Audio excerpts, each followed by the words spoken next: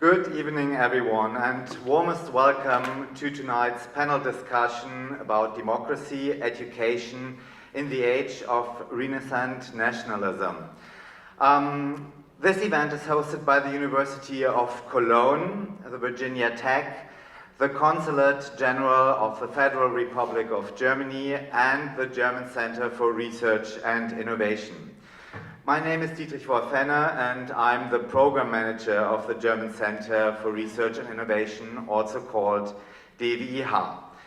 The DWIH New York was founded in 2010 to showcase Germany as a land of research, science, and innovation. And we are celebrating our 10th anniversary this year. For the first decade, or for the first time after a decade, we will co-host a panel discussion tonight on stage without an audience in the room. The coronavirus made it to New York, and we wanted this event to happen.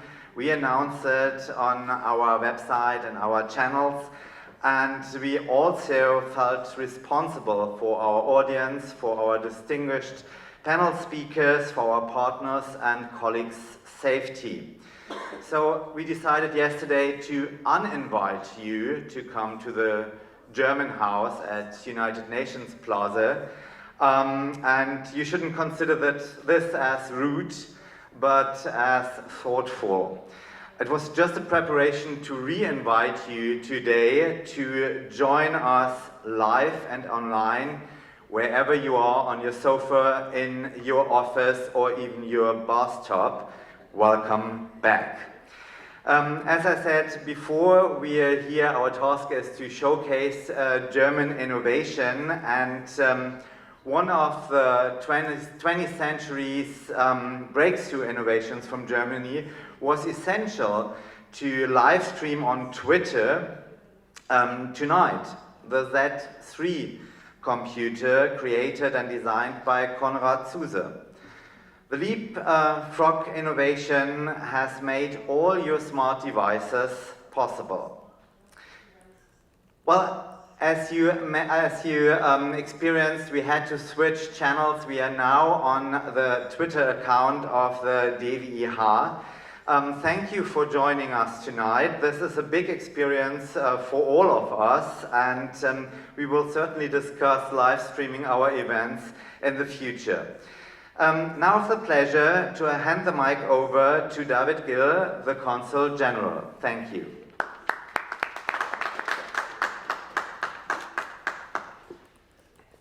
Guten Abend, meine sehr geehrten Damen und Herren, hier und dort.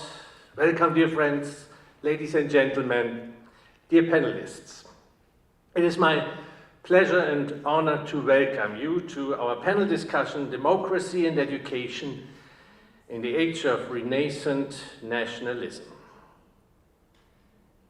As you have heard, tonight's program is held as a live stream only event without an audience in our auditorium. That is an unusual format indeed for the German House, decided out of an abundance of caution due to the situation we face. COVID-19 is a challenge, not only in New York, but worldwide, a challenge that will be with us for the coming weeks and maybe months. I sincerely hope everything will work out and we will gather again in the German House, which is known for its open doors and welcoming atmosphere. However, this virus tests not only our health experts and lawmakers, it affects our whole society and therefore how we live democratically. But there are different developments which make obvious that the topic of tonight's discussion is highly relevant. Both Germany and the United States have experienced an increase in nationalist and populist movements within the last years.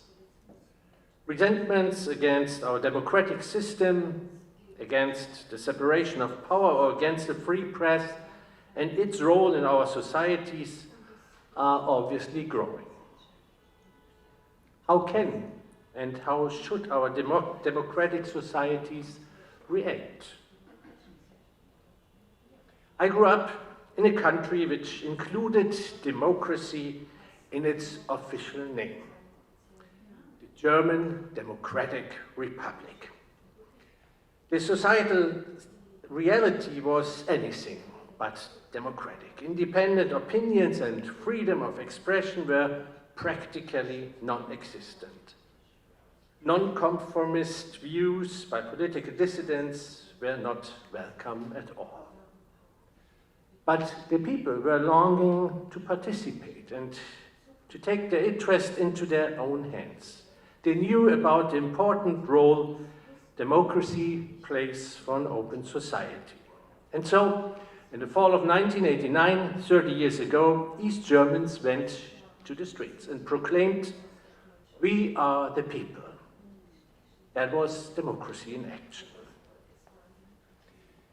It is evident that we as citizens are all part of the democratic process. Democracy is not only determined by experts or politicians, but by all the people who form the community. Functioning, working democracy needs all of us. Young, the elderly, workers, students, academics, the broad society.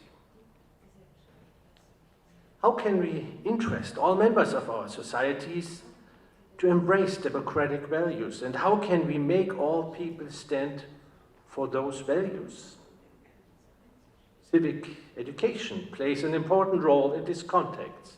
And therefore, I'm very happy that we have Thomas Krüger among our panelists, who, by the way, spent his younger life in East Germany as well, and was one of the leading figures in the Peaceful Revolution in 1989. Thomas is the president of the Federal Agency for Political Education in Germany.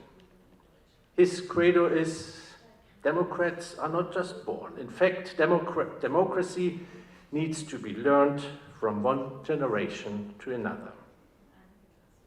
Yet, political education is only one part of the story.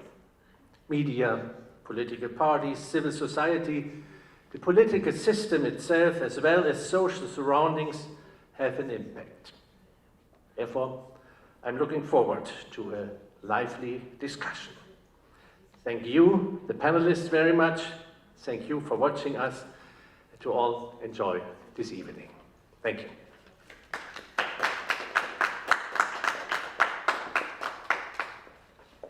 Thank you. Thank you very much, Consul General David Gill, for these inspiring, welcoming remarks, and for reminding us that democracy is not only defined by politicians and experts, but it takes all the citizens in our society, and also, as you said, it is not something that we learn, it is not something that we are born with, it is something that we have to learn, and for that we need somebody to teach us. And yes, that is our topic. Thank you also for sharing some of your personal experiences. Born in Prague, the Czech Republic, during the times of communism, democracy and freedom will always be very dear and special to me, knowing how life can be very different when we do not have democracy and freedom. But we have it, and I am very grateful for that. And I am also grateful to you and your team at the German Consulate for hosting us here today at the German House, both with our office in general here and with our event today and other events that we have done in partnerships. So thank you very much. Good evening, everyone. Live from the German House in New York, and thank you for joining us online or watching later our panel discussion, Democracy and Education in the Age of Innocent Nationalism. My name is Eva Bosbach. I am the Executive Director of the University of Cologne, New York office. As we are having a live-streamed event tonight, we cannot see how many of you might now wave at their screens if we ask you how many of you have been to Germany, or if any of you have been perhaps to the city of Cologne. I am sure many of you have. And if you have, it's likely you have visited the Cologne Cathedral, the Kölner Dom, which actually is the most visited German landmark with around 20,000 visitors every day. But Cologne also hosts a university, the University of Cologne, which is currently the largest university in Germany with over 50,000 students, including many international students and researchers, and 3 international liaison offices, one in India, one in China, and one for North America here in New York.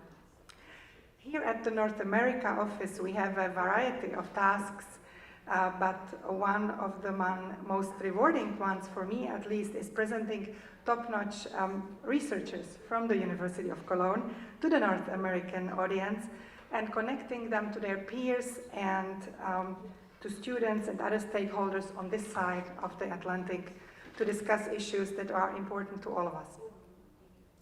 Some of our top research areas at the University of Cologne, and we have featured some of them here at the German House in New York, are plant sciences, aging research, markets and public policy, matter and light for quantum computing, future rural Africa, and prominence in language. Today we will discuss democracy and education. Democracy and education are core values for the University of Cologne since its foundation as a Bürgeruniversität, a university of the citizens. Democracy and education are also core values to both the German and American societies, from which we have distinguished researchers and representatives on the panel today, and also core values, if you think about it, for all of us through our lives.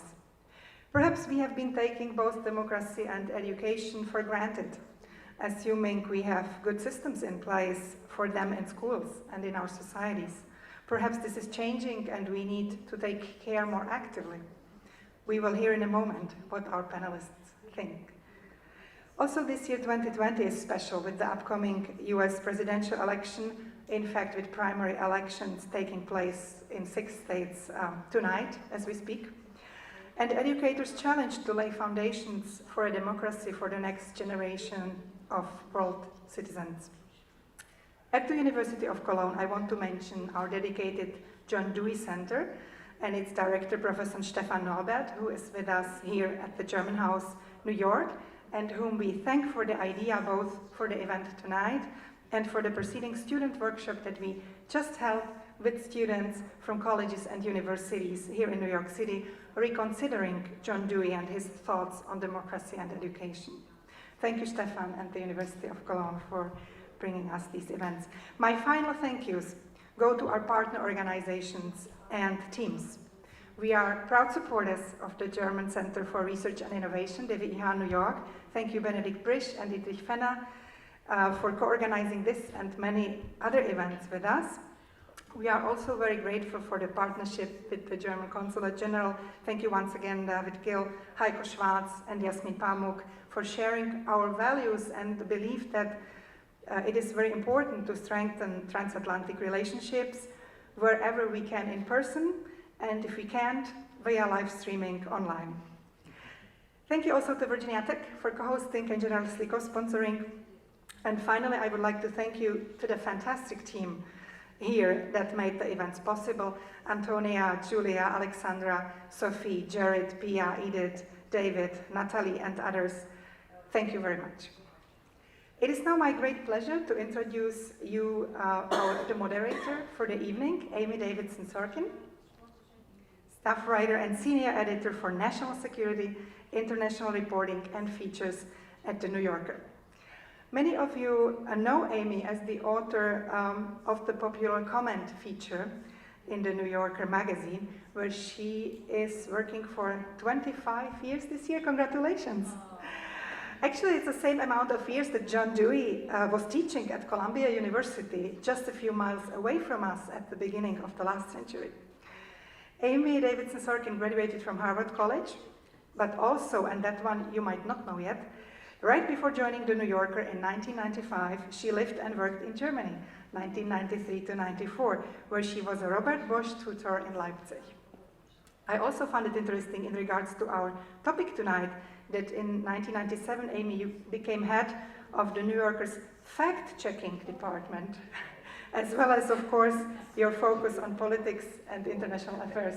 At least that's what one of the Wikipedia pages says, and we read that online, so maybe it's fake news, we will hear. Okay, so thank you so much for accepting our invitation to be the moderator tonight, and the floor is yours. Thank you, everyone. Thank you so much, Eva. Is the sound all right? And thank you to everyone who's joining us remotely. I'm Amy Davidson Sorkin, and we're lucky to have a great group of panelists here. Let me introduce them very briefly. Sherry Berman is a professor of political science at Barnard College here in New York. Can you speak into the microphone? Here in New York. Hold it down. Oh, okay. Sorry. Here in New York. Is that better? Great. Sherry Berman. And her research and writing delves deeply into the issues we're talking about this evening, as summed up by the title of her latest book, Democracy and Dictatorship in Europe, from the Ancien Regime to the Present Day. She also writes frequently for publications such as The Times, The Wall Street Journal, and The Guardian. Jim Garrison is a professor at the School of Education at the Virginia Polytechnic University, and his field is the philosophy of education, which is also, in ways I hope we'll discuss, the philosophy of democracy. And his most recent book has a long title, Empirical Philosophical Investigations in Education and Embodied Experience. And he is a past president of the John Dewey Society. Judith Green is a professor of philosophy at Fordham University, also in New York. Her work explores such areas as Native American philosophy, feminist theory, and environmental studies. Her forthcoming book is Pragmatist Political Economy, Deep Democracy, Economic Justice, Complex Sustainability, Positive Peace. And congratulations are in order, because it was just announced last week that she is the 2020 recipient of the Society for the Advancement of American Philosophy's Herbert Schneider Award, which is indeed for advancing American philosophy.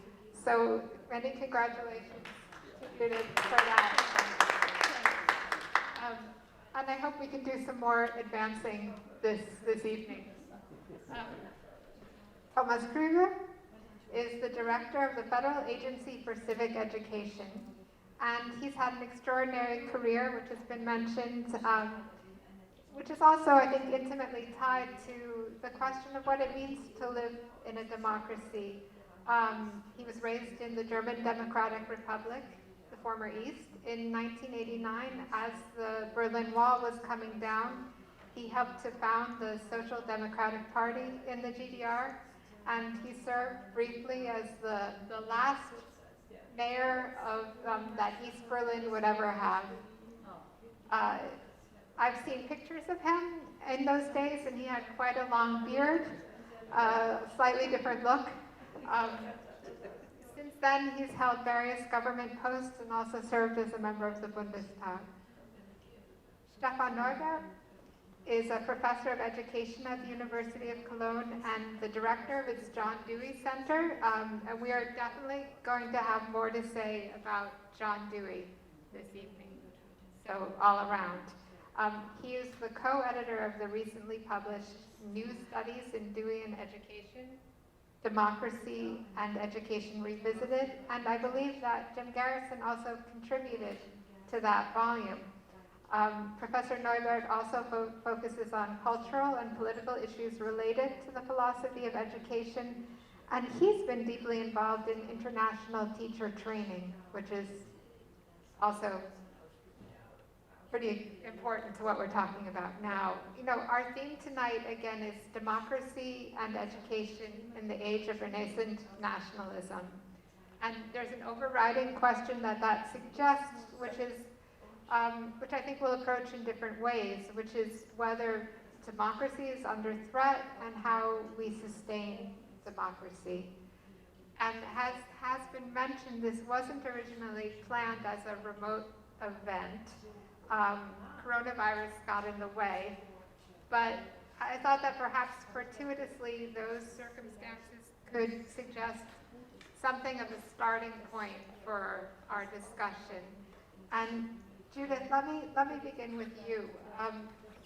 You know, we often speak of a fever of nationalism sweeping a country, of an epidemic of populist violence or an outbreak of attacks. So, two questions. How useful is that way of thinking in explaining and diagnosing something like rising nationalism? And if it is, are we indeed in the middle of that sort of a pandemic? Thank you, Amy. I think you've asked a key question tonight. I think the way of thinking about this rising nationalism as a kind of social cultural disease is very helpful. And if we consider the history of various nations in the world and events that we are remembering even tonight, we can see that democracy is a fragile state of health that we must constantly work to build up, to exercise, to expand, and to teach going forward as a healthy way of being for a society. This is a time in which we are remembering not only that amazing night when the Berlin Wall came down, and all of us Democrats worldwide raised our hands in cheers. We are also remembering Auschwitz at this time, and how very difficult it was for that fragile, hopeful Weimar Republic to maintain its strength in the face of this social cultural disease that eventually led to Auschwitz. We're also remembering a history of renascent racism in the United States of America that has troubled our republic at intervals throughout our history, from our very beginnings in 1619, when the first African American people were brought as slaves here, to the times when Martin Luther King Jr. was marching 50 years ago when he was taken from us. And people were saying in a spirit of hope, we can get past this disease. We can heal. But it's going to take a commitment from the citizens of this society. We need good leaders, but good leaders can only do so much. It's the job of citizens to rebuild that spider web, that fragile web of democracy every day. And of course, in troubled times like this, we all need to become the active weavers in small ways to say, we will not live in fear. We will not allow people to, in our name, make it hard for the friends we need from around the world to be part of the conversation with us, as our dear colleague and friend Naoko Saito has been blocked from coming to be with us tonight from Japan.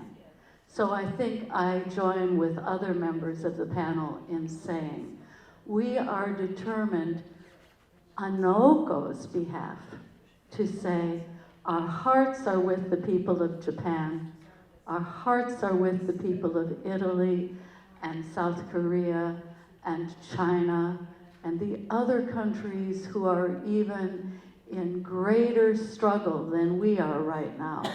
And we are determined together to say, we will respond with care and we will work to help each other heal.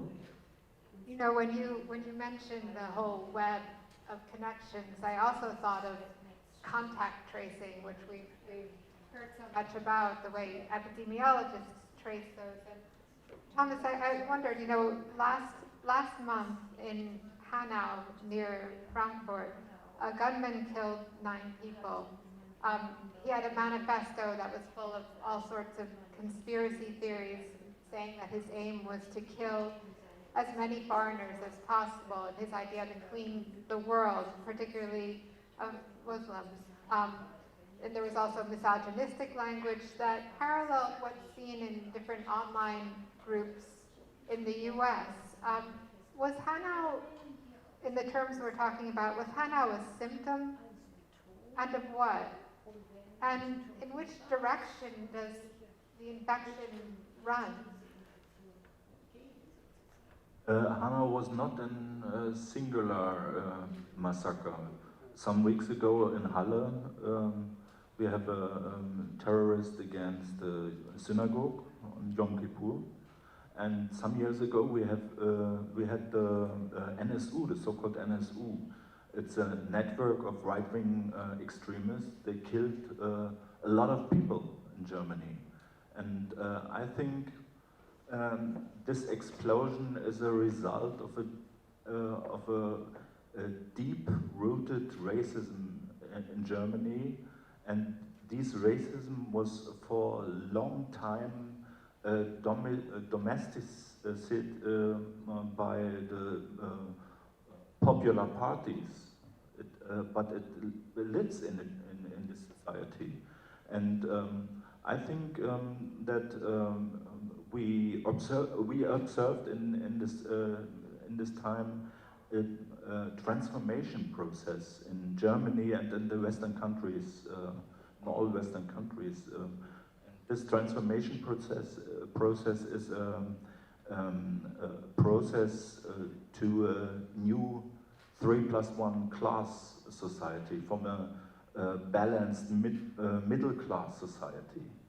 And the new classes show the differences in the German society. We have the upper class, that was the Occupy movement called the 1% of the society, and then we have 3 new classes. The new middle class is with cosmopolitan values, with freedom values, and transcend borders, and open mind perspectives. And this new middle class is the leading middle class, the leading class in our society.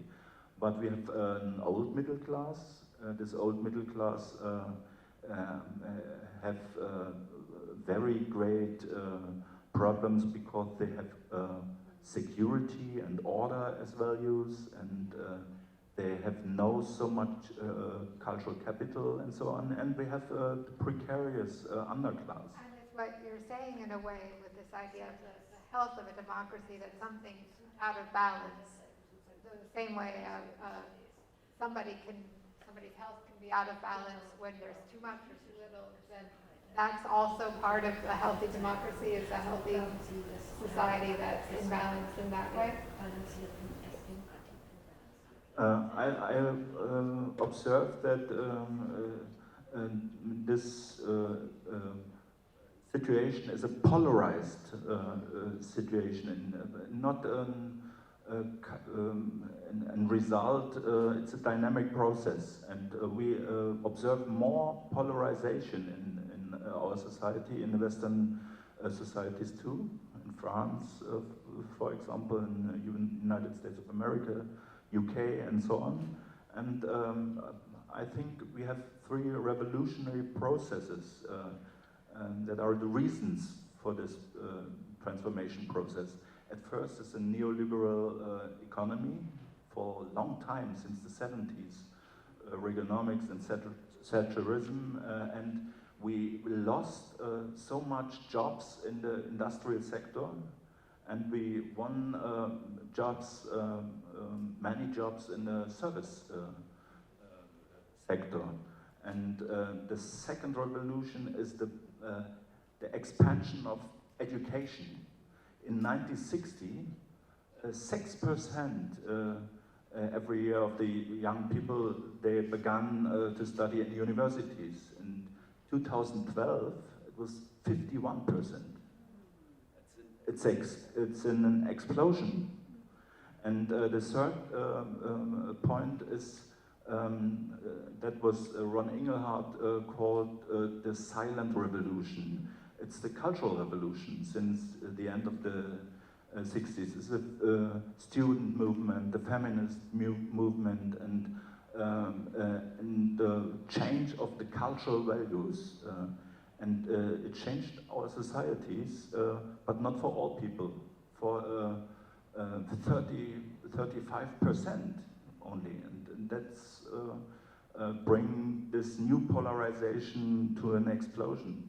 You know, Sherry, I wanted to talk about, Thomas mentioned that there's something going on in a lot of different countries at the same time. You know, we often talk about flu-like symptoms when people don't actually have the flu. The coronavirus is a different thing, but the symptoms look the same. I wonder if we're in danger of making the same sort of generalization with a whole set of political phenomena, rising nationalism, right-wing populism, left-wing populism, ethno-nationalism, anti-immigrant violence. You know, are these all, are we talking about the same pathology with maybe similar symptoms, or is there one thing that's going on, or a lot of different things that might look alike in some ways? So let me answer that by referring to some of the comments that have already been made. First of all, I think it is extremely important to recognize how fragile democracy is, as Judith said, right? I think especially after the collapse of the Soviet Union, we took the existence of democracy, its superiority, its easily functioning nature for granted. And anyone who knows anything about the history, you mentioned I just finished a book on that, knows that that is in fact not the case, right? That democracy is very fragile, and a very recent phenomenon in Europe in particular, and frankly in the United States as well, since before the 1960s, political scientists would not have considered the United States a fully democratic country. However, I do think that we have a bit of short-term bias in what we're looking at today. So for instance, if you look at attitudes about nationalism, about race, about immigration, they've not gotten any worse. In fact, they have uniformly gotten better. Where the big shift has actually been is not in mass attitudes. It's in the attitudes of the people in the room here. So if you look at survey data, what has happened over the past couple of decades is highly educated people in the West have gotten much more cosmopolitan, have gotten much more progressive, and their attitudes have diverged much more from the attitudes of folks in lower income groups and among the low educated. The divergence has not been in greater nationalism or prejudice among average citizens, but in greater cosmopolitan, if you want to use that term, views among the elites. So that is a very important distinction to be made, because it's very easy, given the prevalence of violence in some societies and given the rhetoric of populist politicians, to assume that there has been a huge shift in mass attitudes. Not true. There is not a single survey that you will find that shows that racism, for instance, in the United States has gone up over the past decades. It has gone down consistently, even among Republicans. In a place like Germany, a lot of what is going on is a conflation to some degree of things that are going on in the East and the West. AfD votes are relatively low in the West. They are very high in the East. German citizens in the West also have gotten significantly more progressive on a whole variety of issues, from immigration to moral values, all kinds of things over the last decades. But you've incorporated people who did not have that democratic background, who did not undergo the progressive revolution from the 1960s. And so you have, again, a variety of things going on that it's easy to conflate rather than understand different stuff. So absolutely problems. Would never want to downplay, for instance, particularly violence among right-wing extremism, which has fed off the fact that it has been legitimized by certain politicians and legitimized by the ability of these people to share their thoughts and beliefs online and in other ways. But we need to think carefully about what's going on if we want to be able to come up with the right solutions to it. There's some optimism in what you're saying, but in a way, while explaining why one issue might not be as terrible as it feels, it seems you're talking about another issue, which is this very divergence. And is that itself a cause of, is that itself something that puts democracy on shakier ground? So, I mean, presumably this is something we can talk about amongst ourselves, but this is a very bad trend. Even if we all agree that the attitudes that are now commonplace among the sort of elite are good values, a divergence between the elite and the average person, between politicians and voters, between the educated and the less educated, between people in cosmopolitan cities and in peripheral areas, this is a problem for democracy. If you look at surveys, voters who vote for populist parties continually express anti-establishment views and a belief that the elites are out of touch. They are on some basic level.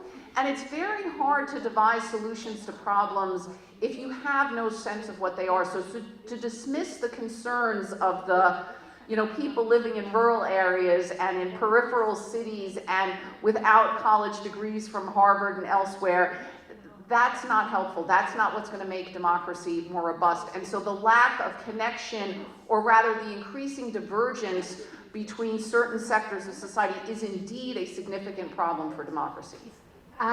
Stefan, in recent days, on this point, we've been told to educate ourselves about coronavirus, and it's easy to see the connection between public health and education. Remember to wash your hands. But what at heart is the connection between a democracy's health and education in that way?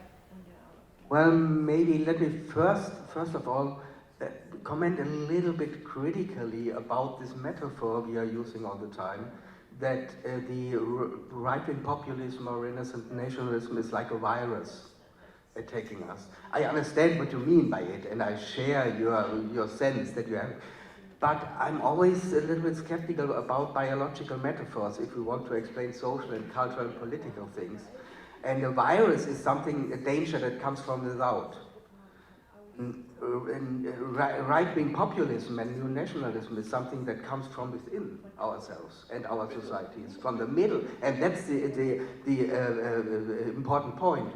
In Germany, I think, as well in the United States and many other countries, it comes from the middle of society to a very large degree. If you see the Pegida movement in Germany, the patriots of Europe against the Islamization of the Occident, what they call themselves, there have been researchers very early on when that movement started, and it showed up it's not only the marginalized people, not only the poor people or uneducated people, but pretty much educated people. And just listen once to one of our parliament meetings in the Bundestag in Germany when the right-wing people talk. They are not just stupid people, they are professors.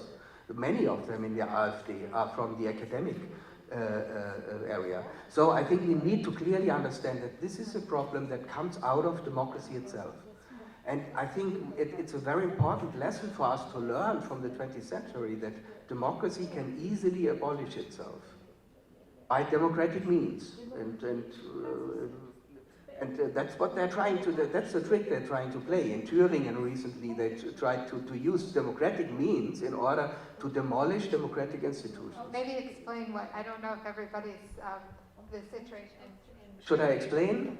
Yeah, well, there was an election in Thüringen, which is one of our states, and the very right wing got 22 or 23% of the vote, and they are really very right-wing. They are inside the AfD the most Nazi orientation. And the leftist party was also strong, even stronger than the right-wing, but in between, the old bourgeois parties got only little votes. And 10 days before the meeting in the parliament, the right-wing leader announced, we will support a person from the other bourgeois parties if they present themselves and let themselves elect against the leftists.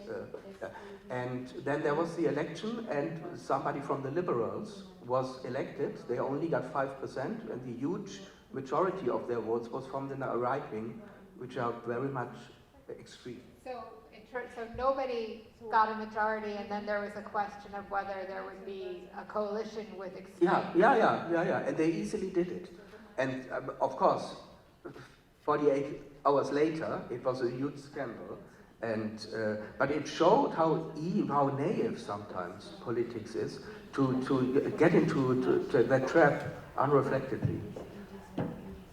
And Jim, let me go. I do want to not lose sight of the question of education, since that's, you know, one of the real parts of this puzzle. I mean, do different challenges to democracy call for different kinds of education, different responses from in terms of education? Does education naturally support democracy, or not always?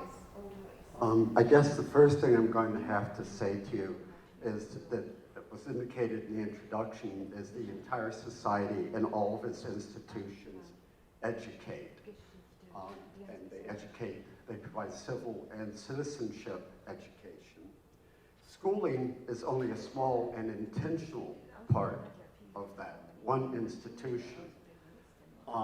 Much of that sort of education is in fact unintentional, unplanned, unreflective, and largely unaware. These are standard bromides for those that do research in civil and citizenship education.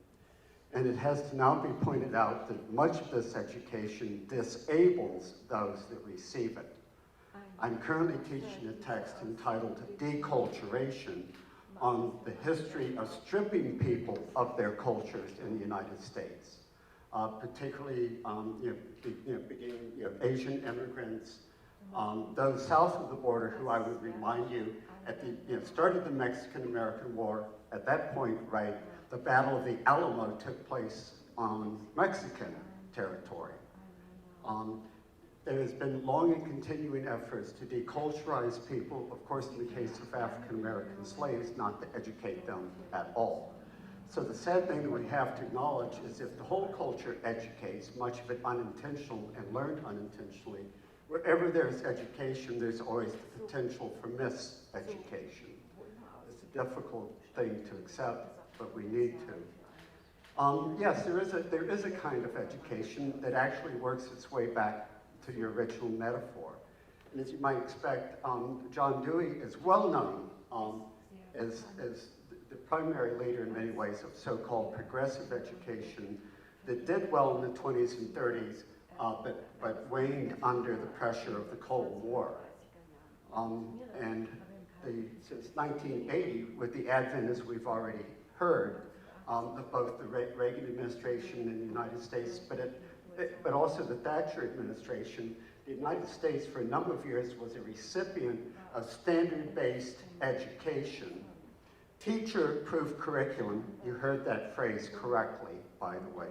That's where I entered this field. They were doing teacher-proof curriculum with heavy emphasis on standardized measures of productivity, the same way the United States fought the war in Vietnam, a body count, a measure of productivity that ignored some of the deeper and richer values. A Deweyan education, one of the heavy debates in citizen and civic education is, do we just teach them the formal facts? This is pretty much what you're going to get in schooling in many typical situations. Or do we provide them an occasion to experience democracy? Well, interestingly enough, the European Union in 2018, using results from the International Civic and Citizenship Education Study, took as one of its conclusions is that open, active learning environments were best for democracy. They did that on the basis of that study and the empirical data that was provided, which are literally short books of data. Now, where this is going is whether one knows Dewey or not, these ideas are now so entrenched by a scholar that traveled heavily internationally, that whether they have been forgotten or not, Something like what we did in the workshop earlier today, where we enacted pluralistic, participatory, communicative democracy, in which at the end, the students told us what was wrong with our work. That was an assignment that was given them. What you get then is a communicative democracy where different people can co-create knowledge. So here's, do you want me to stop or connect? I can't connect to your original metaphor. Would you rather I stop? I'll stop. Okay, the original metaphor is this. Dewey understood Darwin early, and many people have referred to Franz de Waal in studies of our similarities to bonobos and chimpanzees. Daniel Dennett in Darwin's Dangerous Idea, in part for his refutation of Dewey's bulldog, Huxley. The lesson that he would have us learn in an essay called The Influence of Dewey on Philosophy, by which Dewey meant love of wisdom, which is always beyond knowledge, is that we live in an aleatory and ever-changing and threatening world. If you do not evolve in this world, you will become extinct. What that connects to, in that case later, was his wonderful essay, Creative Democracy, the Task Before Us. Any democracy that's not creative, and I would say co-creative with all of its participants, as well as its immigrants and others, will flounder. It is indeed fragile. It must be experienced, and an educational system that doesn't provide that will fail a democracy. Last point. Since 1980, standard-based output measures of productivity have controlled schooling, have greatly disempowered students. So here's my conclusion on that form of education. The great idea of the 19th century was refining natural resources as interchangeable parts in the global production function. The great idea of the 21st century is refining human resources as interchangeable, standardized parts for the global function. Thank you. I think that we also, in that spirit, want to just mention that we want to bring in people who are watching the stream, who are taking part remotely. If you have any questions for our panelists, please note them in the comments, and I'll try to ask and get answers for you from them. And with that, let's turn back to the panel. And I just want to pick up on, because it seems that one of the issues you're talking about is trust and power, and and I wonder about that. How do we help people to navigate conspiracy theories, to navigate questions about what is an authority, fake news, all of that? If you don't have trust in a democracy or an educational system, then what do you have? And Thomas, maybe you could talk about that in terms of what role civic education plays in building, maintaining, and I would say earning that trust. I think that in the civic education sector, it's very important that civic education is not only a process of cognition. It's very important to have participation, and the credibility in this process is a very big factor. And so it's very important to find the right partners and in this process, not only teachers. We cooperate with influencers in the social media sector.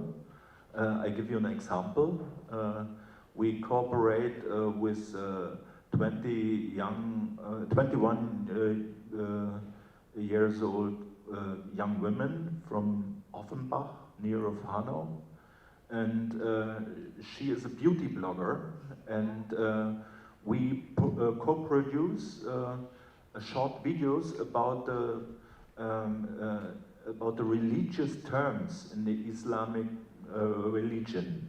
And in the society, in the German society, the knowledge about the Islam religion is not developed. and also in the area of the young Muslims, the knowledge is also not expensive. And so we have, with this influencer, young women, very good support to change credibility and information and impulses for discussion to young persons in the field of migration sector and also in the majority society to discuss about the religion, to discuss about the lifestyle, to discuss about what means religion for my life in a society, and that it helps that you cooperate in new ways and bring civic education in a credible way to target groups. They don't participate in the formal educational sector. They don't participate in the non-formal sector. They don't participate in informal sector. They discuss by themselves, but they don't get civic education. And in this way, we have success and public sphere. Stefan, would you say that that young beauty influencer is living democracy in the John Dewey sense? I don't know the case now, but I pretty much would think so.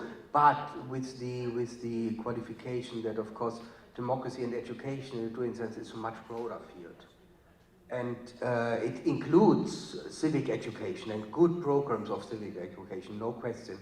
But it first of all also includes to make learning processes, generally learning processes in schools, for example, more democratic than they often are at present.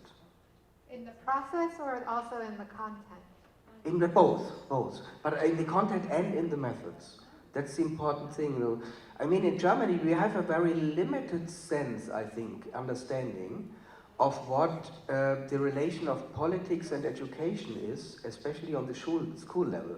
When I was myself in school, and I often talk with my students, they make now pretty much the same experience in this kind of generation. Democracy in school means you elect a speaker. The students have their representative, a class speaker or school speaker and things like that. Of course, that's not a bad thing, also to have a school parliament and things like that.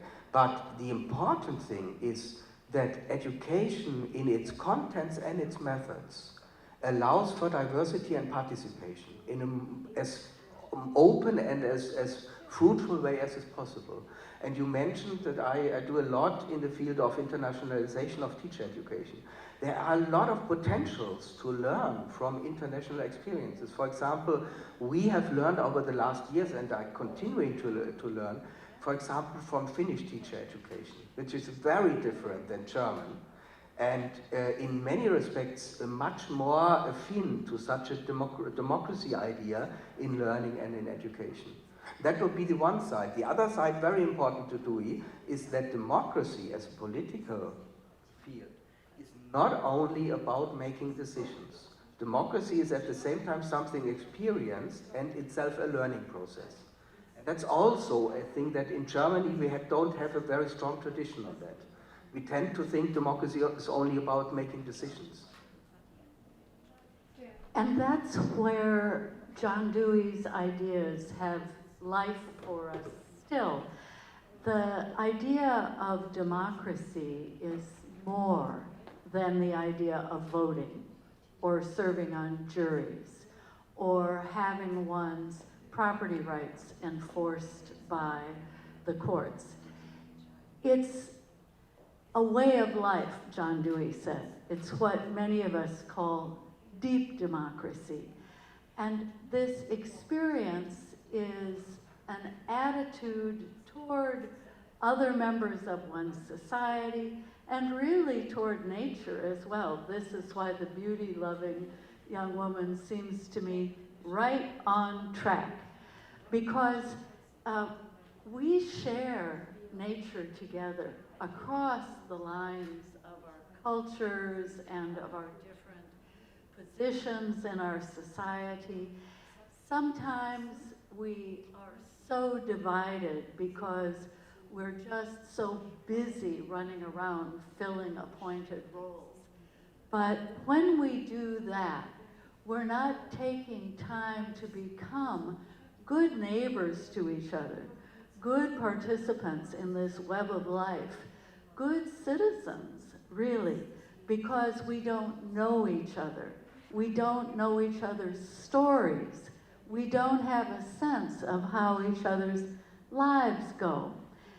When Jim and I were in Mexico last week at a conference, we heard from a young philosopher who runs philosophy cafes, where indigenous men typically participate at a coffee shop, and maybe they come already with a question they want to discuss, or maybe he suggests something that he thinks is important.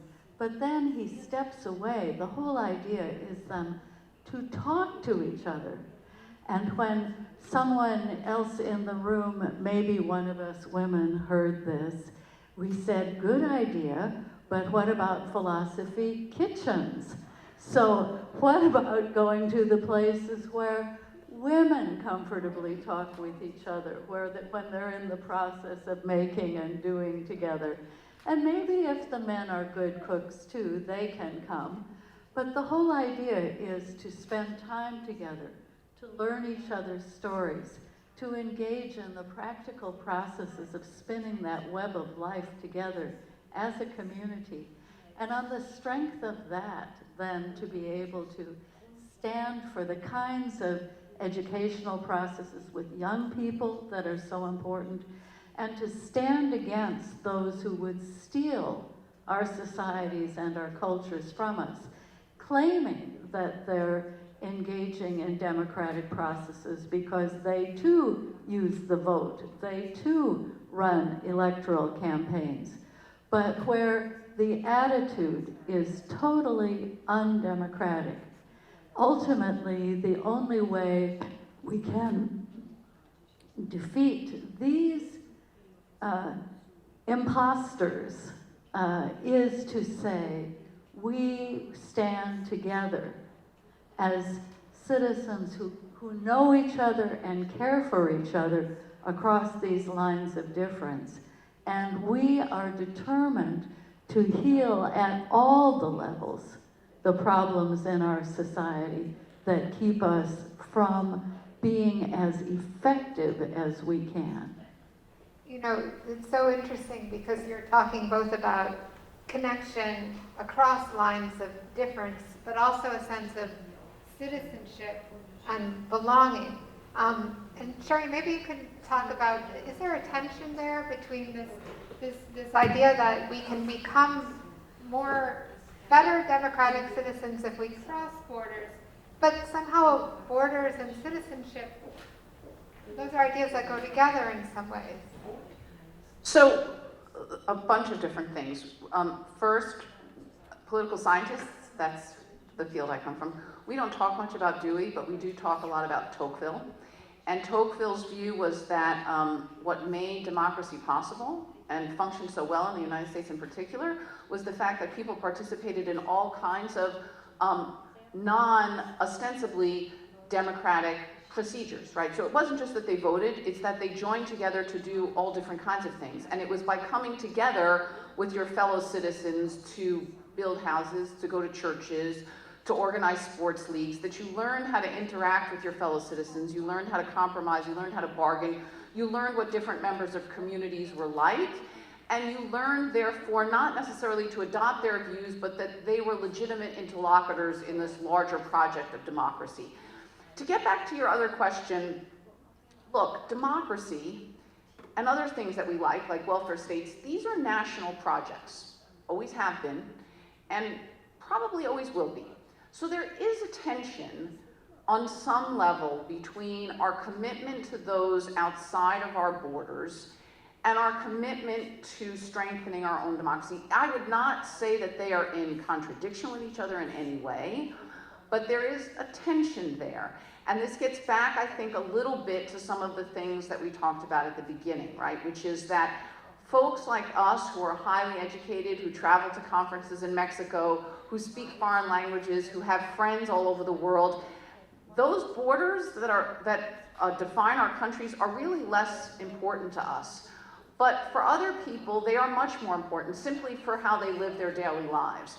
And that difference has become really much greater over the past several decades. And it has really created a tension, I think, within many Western societies in figuring out how to make different kinds of diversity work. That is the challenge of democracy in the 21st century. And I think, again, as my fellow panelists have said, learning how to interact with people from different backgrounds and with different views is necessary. The more diverse your societies are, the more necessary those kinds of interactions are. They are not easy interactions, I would point out. It is much easier to have conversations among ourselves. We all share pretty similar experiences and backgrounds, despite the fact that we're from different countries and different disciplines. But it is necessary to foster those kinds of interactions if we are going to have the kind of diversity that ostensibly we all say we want. Thomas, it looked like you were about to Yes, say I share this point because I come back to the differentiation of the society.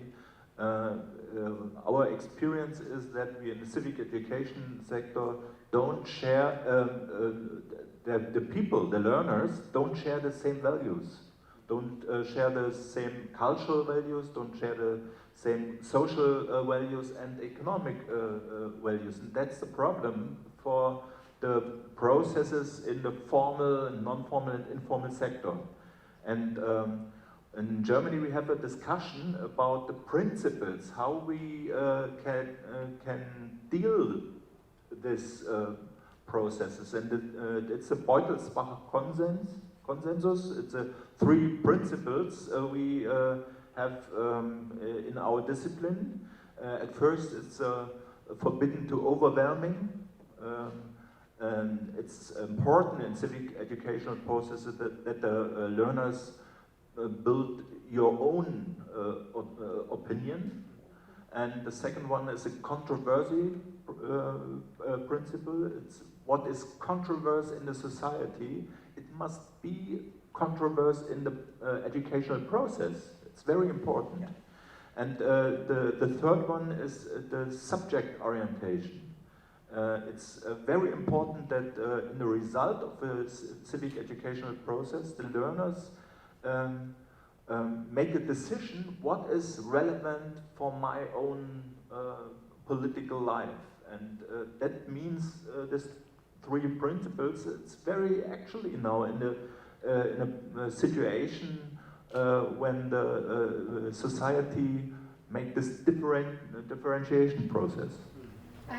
I have a question that I think is sort of for you, Jim, from one of our participants, which is in a nation in which federal laws require annual standardized testings in schools, how do we return to a Deweyan view of education? Teachers have been decoupling from the system in the United States from the common schools in the 1830s to the present moment. That is the basic answer. We know why teachers want to teach. They want creative autonomy in the classroom, and it is a caring profession. They want to connect to their students and make a difference. You can either see how very beautiful that is, or you can think they're naive. I do not think they're naive. It is well established, there's a whole literature on this, that creative teachers decouple from the system. And surprisingly enough, the test scores for those that do decouple and don't teach to the test are actually better. And you could see why. Because you engage their minds, you engage their bodies, you engage their passions. I wrote a book entitled Dewey and Eros. Well, if you really want to go back to the basics of education in the West, you go back to the Greeks. you would educate eros to desire the good. And there's not a parent in this room or out there that doesn't know if their child truly passionately desired the good, other things would take care of themselves. So the fact is there are terrific teachers in many places succeeding, and we can show this, by decoupling from the system and teaching in more creative ways. They feel more rewarded, the students are more engaged, the learning oftentimes just simply takes care of itself. It's not a romance. And just as another great question from somebody who's taking part remotely, which I think is for, I'd like to hear more than one person's response to it, is how do we deal with trolls when it comes to digital democracy? And I think that's what that's asking is, how do we deal with the loudest, meanest, crudest voice drowning out other voices and coming to define the conversation? Stefan, do you want to say something about that? Yes. Well, actually, it's a severe problem, and I think we all don't take, or many of us don't take that context of digitalization seriously enough yet. Jim and I have recently written about, a book about the contemporary dangers to democracy. And one of the aspects we discussed is that these kind of communication loops that often emerge in internet communication, where very one-sided positions seem to cover all the space and lure people into a trap of believing that's the only way of seeing the world. I think basically, again, to my mind, and I think it's really underestimated in our time, I'm reading a lot about democracy from sociologists, political scientists, and so on, and the connection to education is often much too much forgotten. I think to counter such tendencies, it's the first challenge for education. And of course, that means digital education, to educate the young in ways that they can critically and reflectively position themselves towards media, social media, and so on. But it's also in the sense that only education can teach people to experience democracy firsthand. And with the sense that it's not only the voice of the majority or of the loudest, but it's that the diversity is resourceful and valuable. And Judith, it looked like you might want to say something. Well, I wish I had a good solution. Let me say two things. We have to learn, and we have to teach our neighbors, and we have to teach our kids to know who we are, and to know what our value is, and to stand rooted in that value, so that we become hard to bully, in the sense that it's hard to get too into the core of our being and make it difficult for us to breathe, difficult for us to continue to speak up and stand up. I look to the example of someone like Greta Thunberg, for instance. The President of the United States of America has bullied her on Twitter, and she stands up with her sign every day in spite of that. At the same time, I do not think democracy is the same as anarchy. I think that there are responsibilities not only of government, but also of for-profit corporations and not-for-profit agencies who are hosting the various communicative platforms to set certain standards of civility, of decency, and of truthfulness, and to enforce those standards and to educate their users about them.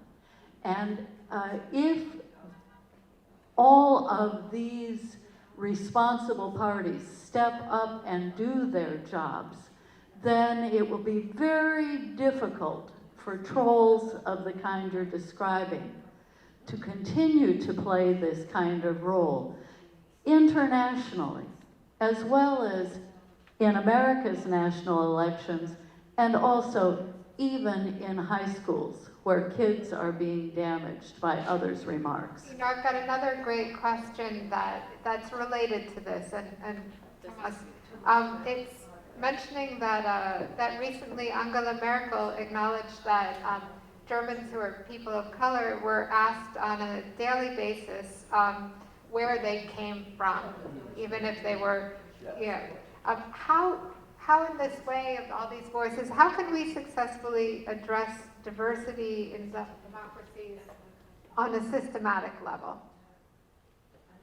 It's very important that all members of the society have their own voice to intervene in the public discourse, and we need an atmosphere and a culture that is normal, that we have these perspectives in the public discourse, and so I think the digitalization process, it's a challenge.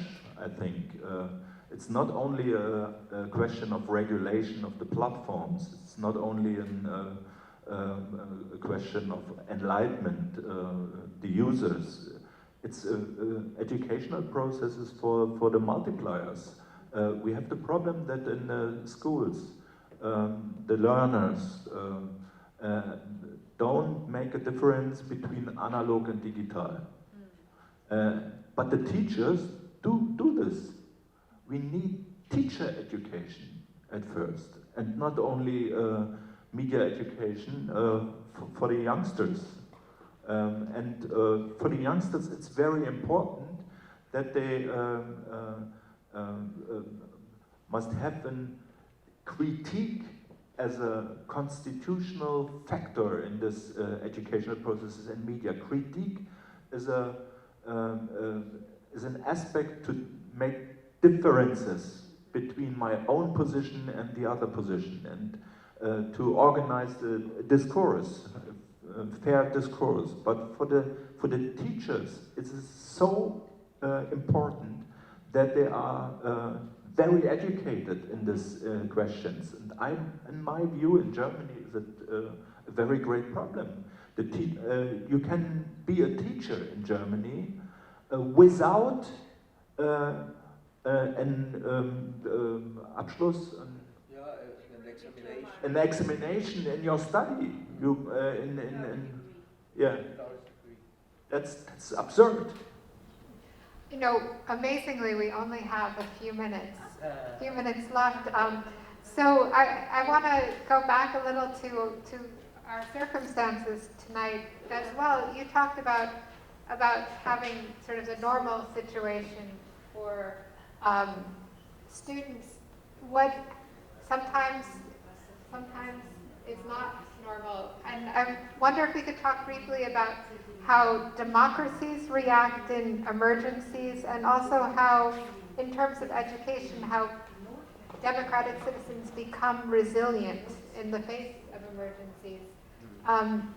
Sherry, maybe, I don't know if you have any historical perspective on that, or if anybody else wants to. Stefan, it looks like you might want to jump in, or. So one thing that I think this particular crisis has pointed out is that potentially democracies have a huge number of advantages over dictatorships. The desire to suppress information, the fear of people about being open about problems and about needs that might reflect badly on them or on politicians. These are all things that we now know hindered an effective early response in China, where the virus had its start. That said, as you kind of point out, emergencies kind of reveal the fault lines and weaknesses in different types of systems. So I would guess, based on no epidemiological, it's such a mouthful, knowledge whatsoever, that there will be very different fatality rates in different societies depending on not only how robust their healthcare systems are, that's the first thing, right? How much coverage is there, how efficient are they, but also on how much people trust their governments and how much people trust the experts that are acting on behalf of the public good, right? In places where trust in government is low, where trust in experts and elites is low, I think you're going to see a lot more difficulty dealing with this crisis. So, you know, my prediction would be Sweden is going to deal with this better than the United States because it has a better healthcare system and because people still trust their government and officials who go out and say, look, you should do X, Y, and Z. In this country, we have had a real decline in trust in institutions. This is going to complicate the process of dealing with this crisis. So A, I think this crisis has revealed some important differences between democracies and dictatorships that we always knew were there, but you know, you see them more clearly at some inflection points than others. But it's also going to reveal, I think, some of the underlying weaknesses, not just in healthcare systems, but in the relationships between governments and their citizens. That's so interesting. Tomas, do you want to? Back to the question, what we need for the marginalized groups in a society. And I think it's so important that we know that our civic educational sector is asymmetric.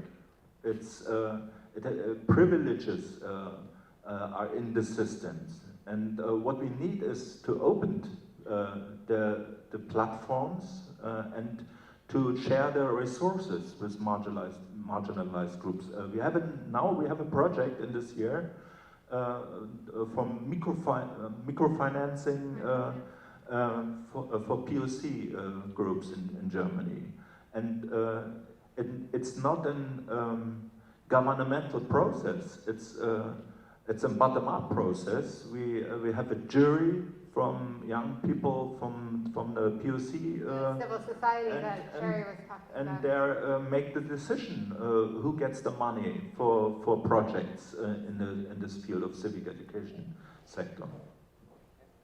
Stefan, did you? Yes, I wanted just a little bit to connect with which was said before.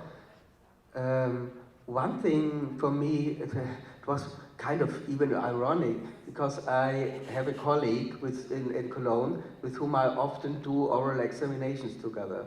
And when it comes to democracy, and he's a sociologist, and he's not anti-democratic or so, but he often likes to challenge me, and he says, well, but certain solutions can be implemented much easier in a dictatorship, like environmental issues and so on. In Shanghai, they have from one day to another introduced electronic motorbikes and things like that.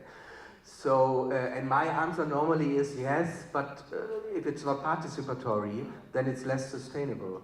In the case of Corona, you have seen where dictatorships are really doing bad, when the necessary thing is not top-down, but bottom-up processes.